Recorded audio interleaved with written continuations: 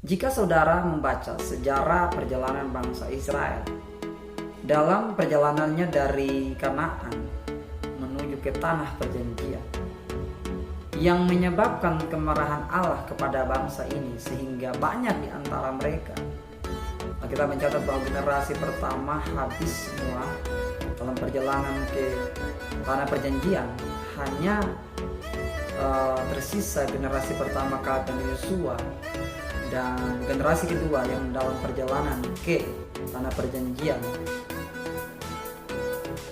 Nah, kenapa hanya tersisa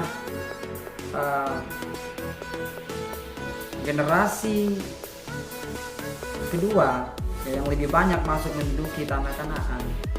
Hal ini disebabkan oleh karena bangsa ini melakukan penyembahan berhala. Tahukah Anda bahwa penyembahan berhala merupakan persinahan rohani di mata Tuhan, dan dosa semacam ini Allah sangat tidak mentolerir dosa ini. Nah, itulah sebabnya dosa ini di dalam perjanjian lama ini diidentikan dengan persinahan rohani. Nah, kalau kita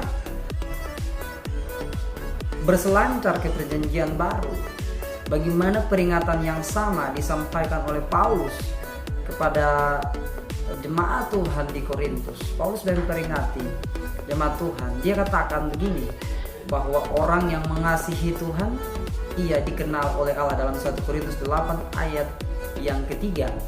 Maksudnya orang yang mengasihi Tuhan ini kasih yang seperti apa? Nah, orang yang mengasihi Tuhan di sini, yang maksud Paulus adalah mereka hanya mempercayai satu-satunya Allah, tidak boleh ada Allah yang lain.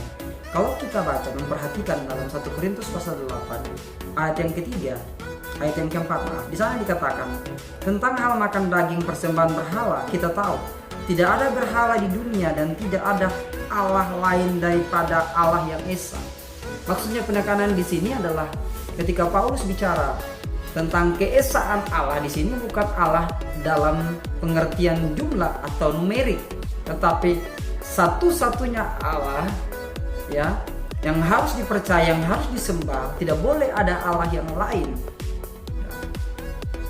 Nah, sehingga orang-orang yang masih melakukan penyembahan berhala ini sama dengan tidak mengasihi Allah dan sama dengan mereka tidak dikenal oleh Allah. Saya baca 1 Korintus 8 ayat yang ketiga. Firman Tuhan berkata, tetapi orang yang mengasihi Allah, ia dikenal oleh Allah. Jadi sekali lagi konteks ini mengasihi Allah ini berarti hanya percaya satu-satunya Allah yang esa. Tidak boleh ada kepercayaan yang lain di luar Allah yang esa. Kiranya kebenaran ini dapat memberkati saudara sekalian.